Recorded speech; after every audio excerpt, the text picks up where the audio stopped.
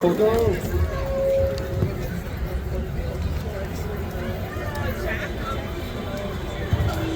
right, let's see if it'll start yelling at me. Good afternoon, South Carolina!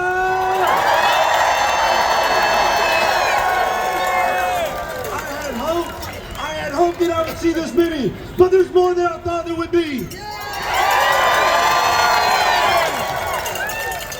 Let's see if I can keep it together while I do this then. Good afternoon, I am Sam, one of the state liaisons for 5051 SC. Allow me to open by reaffirming that 5051 is a non-violent movement. We do not come armed. We do not come looking to engage in physical altercation. Right there? All right. We act with empathy. We seek to de-escalate. And most importantly, we stand to showcase the very core of democracy by asserting our First Amendment rights to the freedom of expression, of peaceful assembly, and to remind the government of its duties to all Americans. This is what democracy looks like.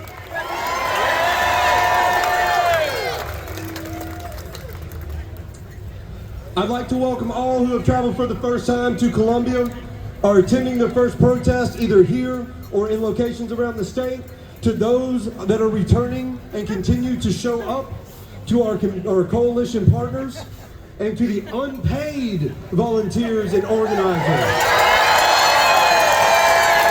that put in countless hours to make all of this possible.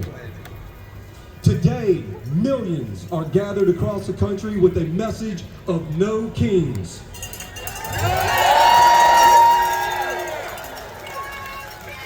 At a time when we should be celebrating 250 years of no kings. We know we don't have a king, simply a wannabe king. A pompous president who's building a ballroom, plating everything with gold, ruling via executive order, subverting the tenets of federalism, and consolidating power in himself.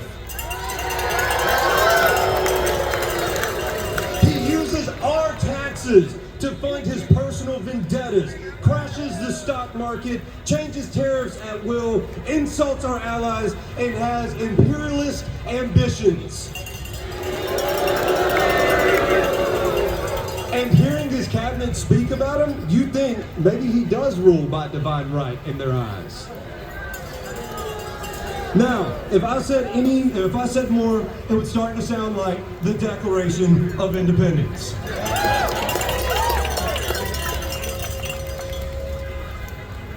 But this is why we say no kings. No kings! No kings! No oligarchs! No oligarchs! Later today, we will march to the mansion of Henry McMaster, a true Trump loyalist, who heeded the call and sent 200 of our National Guard troops on a politically motivated stunt to what amounted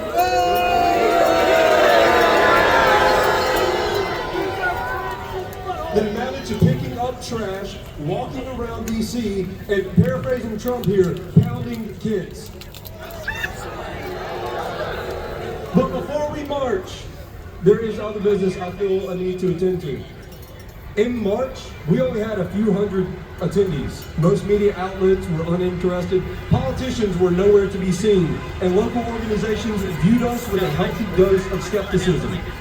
Today, we stand thousands strong and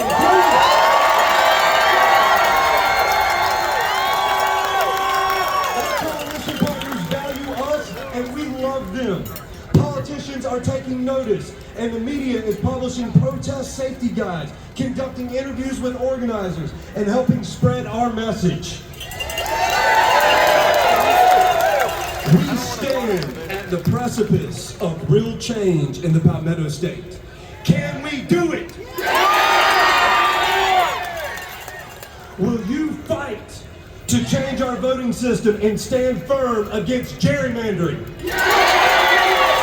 Will you fight for the right of all children to receive a quality education?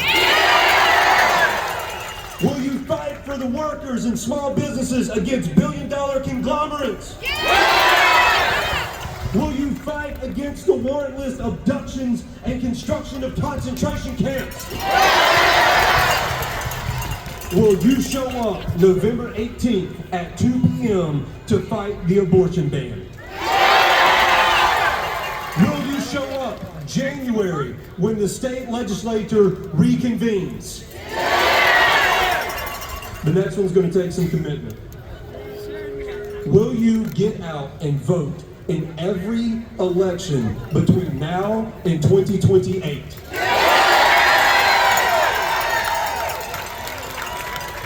No, they're good. Protests do matter. Protests do matter. They may not immediately change policy or culture, but they can stir something within your soul. And if you can take that passion and find a group out here that shares it and turn it into action, then truly the protest has been effective. One last note. I am no Dwight D. Eisenhower, but allow me to warn you of the dangers of the outrage industrial complex. Media profits from our anger. The algorithms feed us rage because it keeps you locked in, doom scrolling for hours. Laced with the sensationalism is misinformation, disinformation, gaslighting, and outright propaganda. We must work to push back against the corporations that profit from division and the politicians that capitalize on it. On social media, we need to be aware of the bots and the trolls of adversarial nations that would love nothing more than for us to destroy ourselves. The tribalism that used to divide us is mutating into something much uglier, much deadlier. Let not the hate consume you, as despite our differences, we share more in common with MAGA than MAGA shares with Donald Trump or Elon Musk. Most Americans face similar pressures and want similar things. The same cannot be said for the top 1%. Let us uphold our value of inclusion and accessibility and leave the othering and division to them. Which takes me back to today and our role in a deep red state. Our existence, our love, our growing size flies in the face of their accusations, their propaganda, their hate. To keep their supporters in line and looking away as they violate the Constitution, they are counting on us. They need us to falter and to be who they say that we are. Johnson says that this is a Hate America rally. It is my view that we're trying to stop executive overreach and protect the Constitution. I always like to note that the flag behind me, I had flown with me in Afghanistan in 2011. There is no hate for America in my heart, but a desire to do better.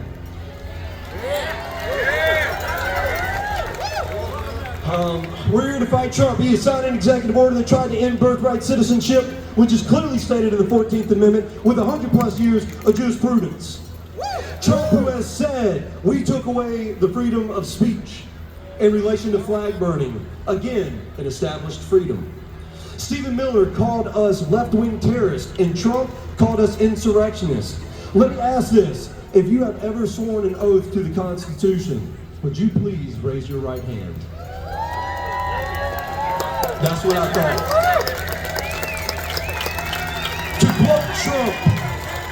To quote Trump, am I watching things on television that are different from what's happening? Yes, Mr. President, go touch grass. That's not on a golf course.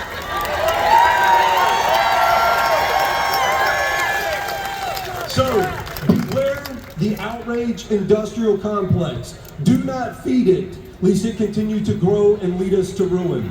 We can and will confront injustice, but let us endeavor to do it in a manner that is consistent with the America that we want, not the America that we have. Lastly, let me express my pride and admiration to everyone here. Soon we will march shoulder to shoulder in solidarity against despotism. These are the rights I swore to defend when I took the oath of enlistment. These are the times that I am proud to be an American.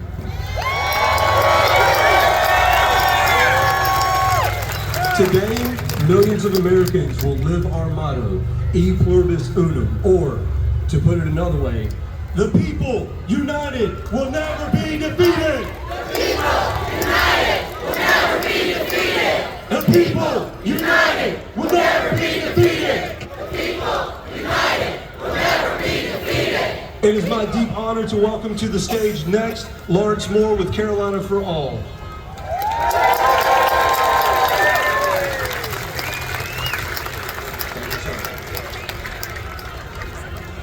Boy, it's a pleasure to be out here with all my people. Hey, I want to say one time, we the people! We the people! We run this! We run this! Yeah, this is our country! This is our country! We the people! We the people! Yep, I'm so proud to be in front of y'all today. Be out here to do this peaceful protest, to show our resistance to the things that are going on in D.C. They need to listen to us. They need to do what we ask them to do. They work for us. That's our dime they running this country on. Everybody out here pay taxes. You will have to at some point. So, yes, this is our country.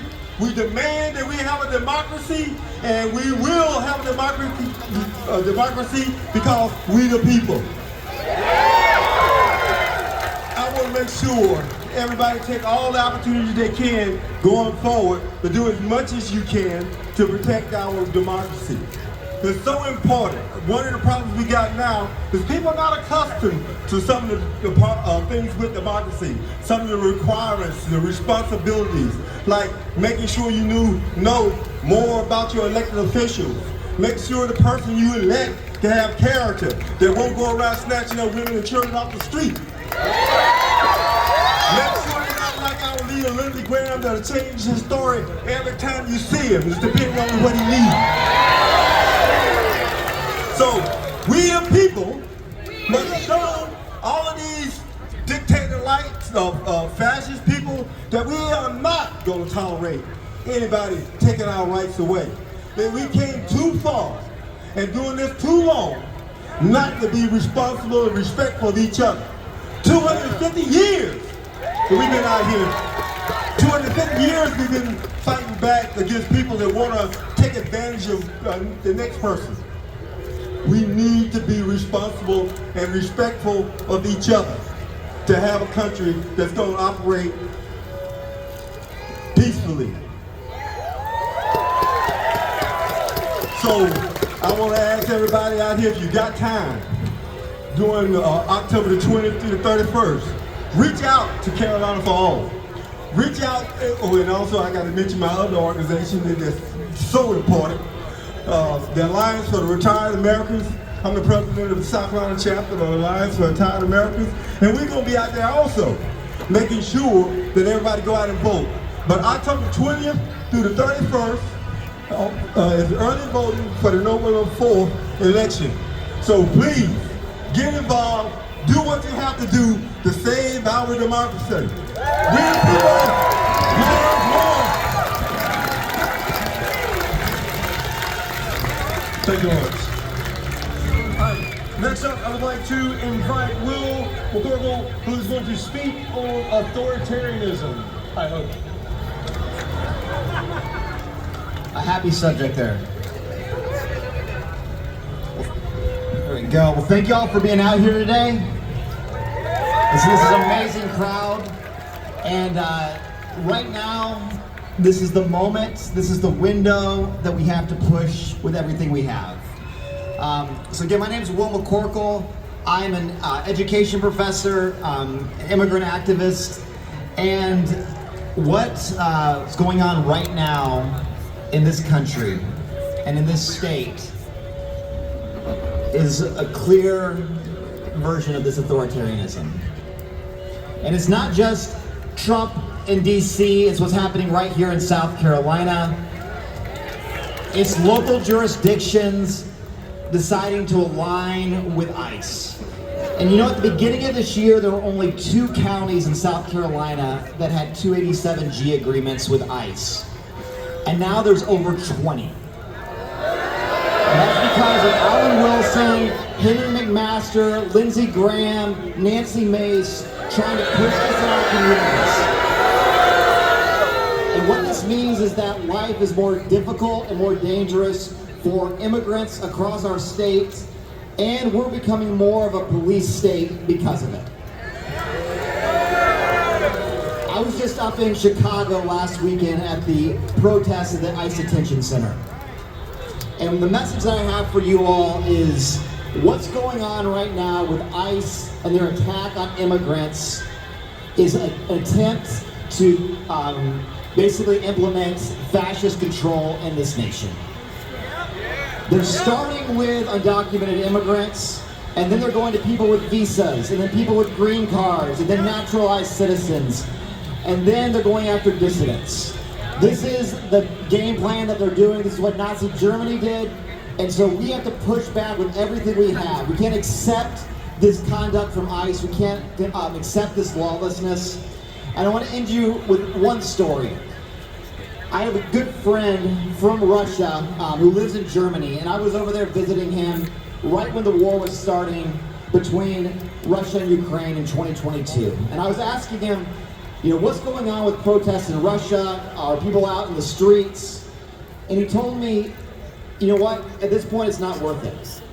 Putin has so much control that if you even try to protest, they're just going to shut everything down and put everyone in jail. And in this moment, what I realize is that's where we're heading towards. If we don't stand up right now with everything we have, that's our future. And so right now, go out in the streets, tell your neighbors that this is the moment, this is the hour that we have to act. Sometimes you hear that activism.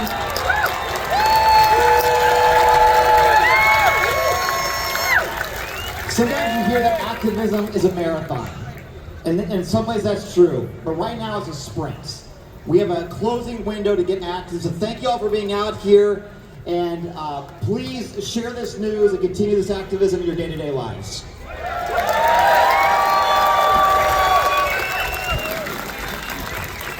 I will have the pleasure of introducing our friend Brian from Somerville.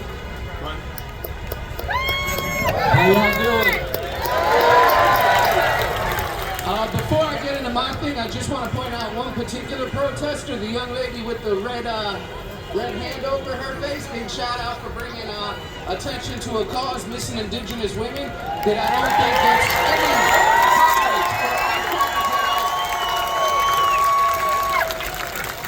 any. Today I want to share with you one of the most enduring peace story about the most enduring peace vigil that's existed, right?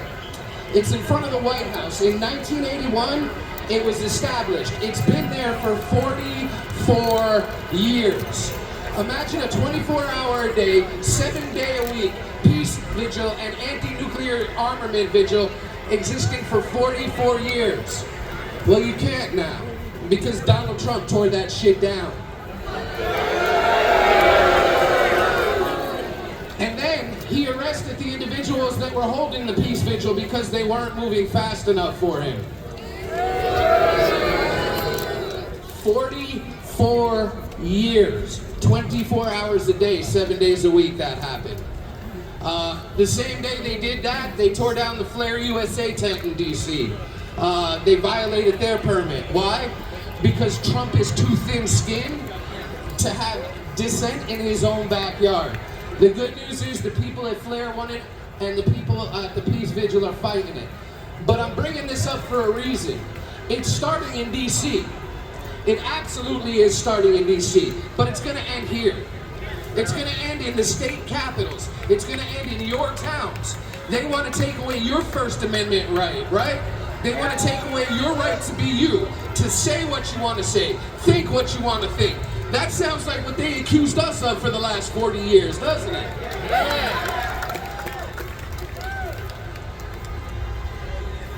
Sorry. Thanks to the likes of Brian Glenn, a Fox News reporter who's now dictating policy for the United States, we're losing our First Amendment right. We're losing it more and more every single day. I don't know if any of you were here for the first one in February. Alright, I'm just going to end my speech with the way I ended my speech in February, if y'all remember who I am. And that's, you might have come here by yourself, right? You might not know too many people, or you might have come here with a group of people. Get someone's phone number that you agree with, that you like their sign, and coordinate, right? Protest all day, every day. If you have a free minute, organize an overpass protest. If you have the opportunity to organize something in your community, be it permanent or not permanent, do that shit. Why? Because they're taking our rights away more and more every single day. We do not live in the United States of America anymore. We now live under a fascist dictator. Thank you, guys.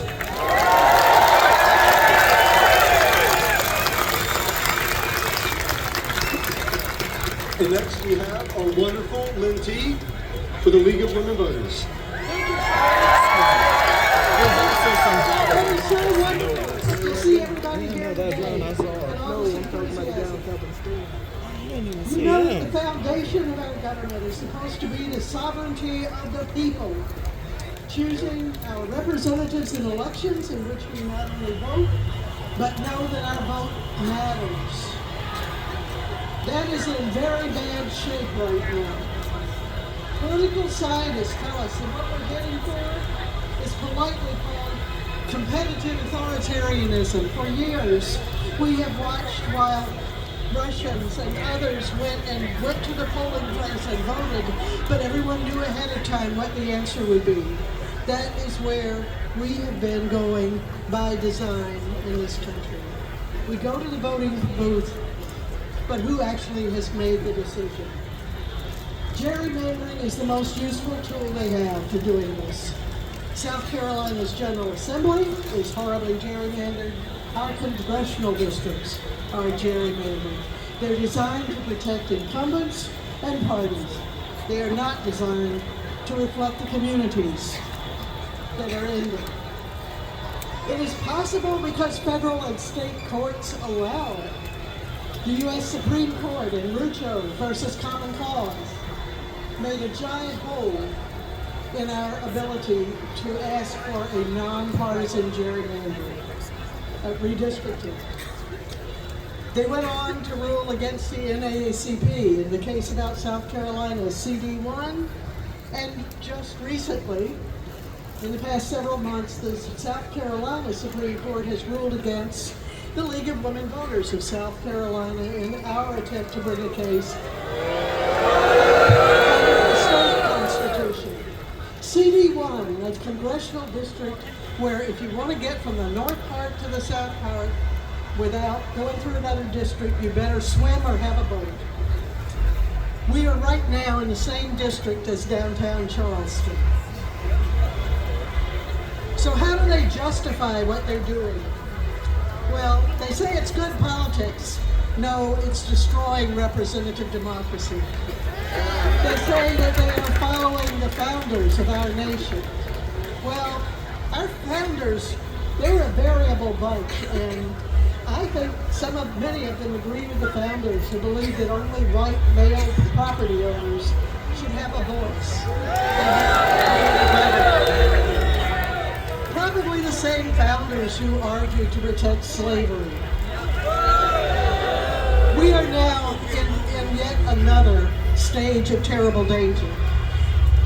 Just this week, the U.S. Supreme Court heard arguments in Louisiana v. Calais, in which they could put a final nail in the coffin of the Voting Rights Act, the act that allows the post-Civil War amendments to be properly protected. They would, if they rule against Calais and for Louisiana, the Voting Rights Act is effectively dead. And so is our ability to prevent gerrymandering on basis of race. Ralph Norman has already said that he wants to change CD6 here in South Carolina, Representative Clyburn's district at present. I would say CD6 is doomed if they decide for Louisiana. So, they want us to just be quiet. They want us to sit down and be quiet while they redesign our government in their own benefit. We must continue to protest. It is so wonderful to see the great turnout here today. Clearly, everyone here cares for our state, country, cares for our state, loves our country. What else can we do? We have to register to vote, and then we have to get out there and vote in every election. There are no elections that don't matter. There are some where it's extremely difficult to overcome the gerrymander, but there are districts in South Carolina where if we all show up, we can give them a big surprise. Their design will fail. They will fail. So, I just really want to thank you all for your love of the country, love of the state, and love of our democracy.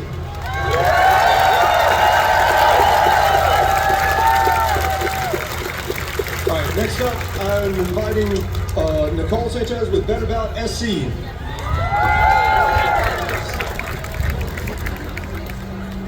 We are out here today because we are rejecting kings. Yes! But that's not the whole picture. This is just the latest iteration of the erosion of our democracy. We just heard from the unstoppable Lynn Teague about how we, across the country and this state, are gerrymandered. But there are other things that we can do. There are other reforms that we can make that will make a difference. And the one that I am talking about today is ranked choice voting. Yes! Ranked choice voting has the potential to bring us together and take the temperature down. It is used across the country already. 14 million Americans have voted this way, and in Alaska we have a common sense majority that is focusing on the real bread and butter issues that our state needs, well, their state needs and our state needs as well. So, ranked choice voting gives us more choice and more voice. So when I say more, you say choice. When I say more a second time, you say voice. We got this? All right, more? Choice! More? Voice! Lovely, but let's see if we can do better. One more time. More? Choice! More? Voice! Excellent, excellent. Let's take the temperature down of our government. Let's make this more productive. Let's stop this gridlock. And you can do this by visiting the Better Ballot booth right over there. We're contacting our legislators. We're signing up to learn more. We are moving forward. And let's move forward together. All right, people? All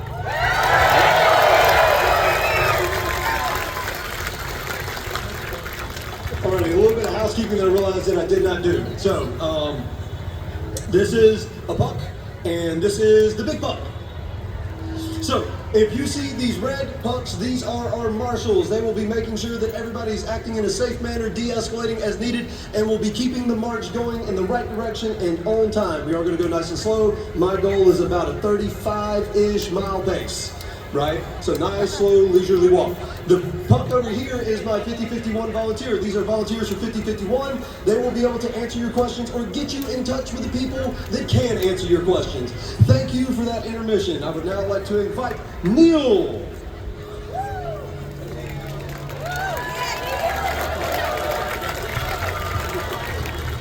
Good afternoon, South Carolina. As Sam said, I'm Neil with the chair of the South Carolina Labor Party. It's truly inspiring to see so many beautiful people gathered here at the State House. This shows that we have the numbers to get things done so long as we work together as one voice. The people's voice will not be silenced by a tyrant who believes himself a king. This country, founded by the people and for the people, no longer listens to the will of the people. Instead, your voting power has become tied to your net worth. The democracy that makes this country great has been shackled by the chains of oligarchy. It is up to us and the people to correct this injustice. The American people have been sold out to the corporations by lobbyists and self-serving politicians using our own tax dollars. Why is it that we can send our troops to fight and die in foreign wars, yet we can't take care of them once they get home? We can bail out failing corporations, but we can't provide relief for those who are living paycheck to paycheck. When it comes to the budget, we question the affordability of universal health care, but will happily pay millions militarizing our streets to abduct people from their homes. The billionaires have convinced you that the issue is not the 1% who hoard the majority of the nation's wealth. They've told you it's the immigrant who is taking your job. They've told you it's queer folks who have a nefarious agenda. They've told you it is women who want rights to their own reproductive journey who are responsible for the decline of this country. We know instead it is the gold-plated gears of the propaganda machine which aims to turn neighbors against each other, brother against brother, parent against child, and red against blue. Democracy does not end at the ballot box in November. Democracy should permeate the lives of every American. From the break room to the boardroom, the voice of the worker will be heard. No more should executives boost their portfolios while the hard-working people of this country can't even put food on their tables. No more can we accept poverty wages while corporations buy our president's affection. The time for negotiations has passed. The people have demands. This country does not and never will have a king. What we have is an oligarchy wearing the false cloak of democracy. When power is concentrated in the hands of billionaires, that is not a republic. It's feudalism with better branding. In a few moments, we're going to march to the governor's mansion. As you take to the streets, remember what we're all here for. A free Palestine. Protect trans kids. Fuck billionaires. Black Lives Matter. And no one is illegal on stolen land. Know that you are not marching alone. We have the distinct honor of being joined today by Reverend Susie Smith. Those who have had the pleasure of working with her have given her the illustrious title of Holy Ghostwriter. Susie has been stirring up some of John Lewis's good trouble longer than I've been alive. It's said that the United Church of Christ's #1 claim to fame is the number of bake sales they've had to hold to pay her bond and fines for every act of civil disobedience she's committed. We are honored to have Susie join us as we demand that our government heeds the people's voice. With Susie at the helm, we are all in good hands.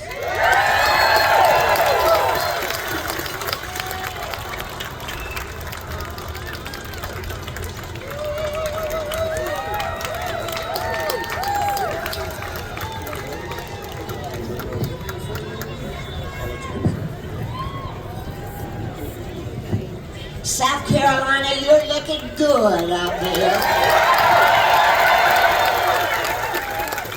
People have been saying that you hate America.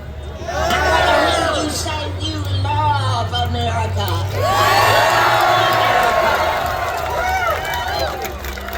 You know, when we began this journey this time around with Trump, at first they were just saying we were paid protesters, outside agitators. But then it got worse. We became Antifa. We became fascist. But you know why we moved from just being paid protesters to fascist? It's because he's scared.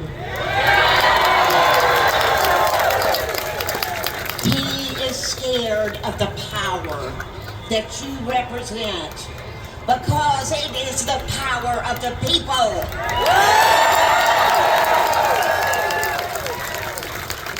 And we, the people, will never be defeated.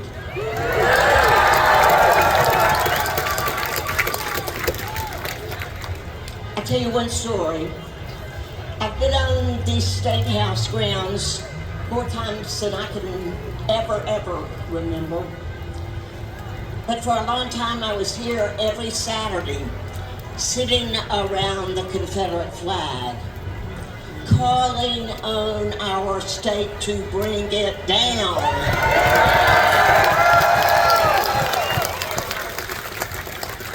And we showed up Saturday after Saturday after Saturday, calling again and again to bring down that flag. Because that flag did not represent who we are as South Carolinians. And we kept doing it. And we thought it would never end. But then one Saturday morning, almost before dawn, Bree Newsom from North Carolina came and scaled up that flag post, and she brought that flag down.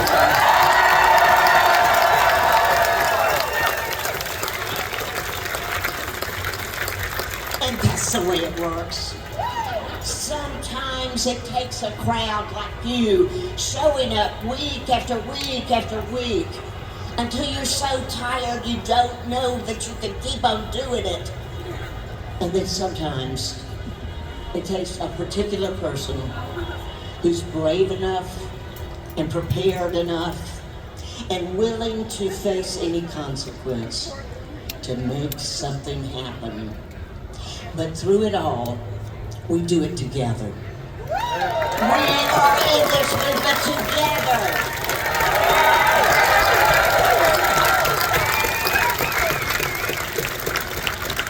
I have some of our Indivisible and 501 people from Greenville who have put this march together behind me. And it has been the greatest honor of my life to learn from them, to follow them, to be able to be in their company as we bring Trump down.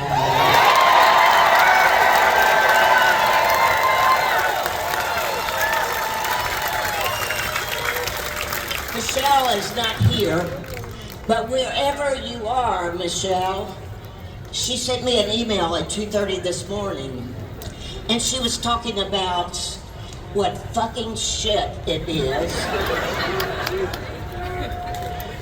What fucking shit it is to come home from work and already still have 216 emails that she has to return before she can go to sleep. And that was at 2:30 this morning.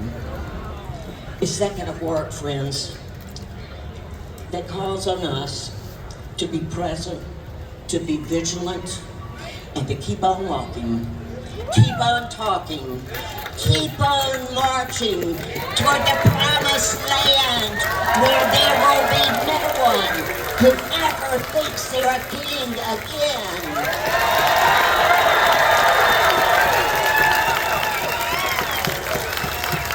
So it's time to march. Let's go.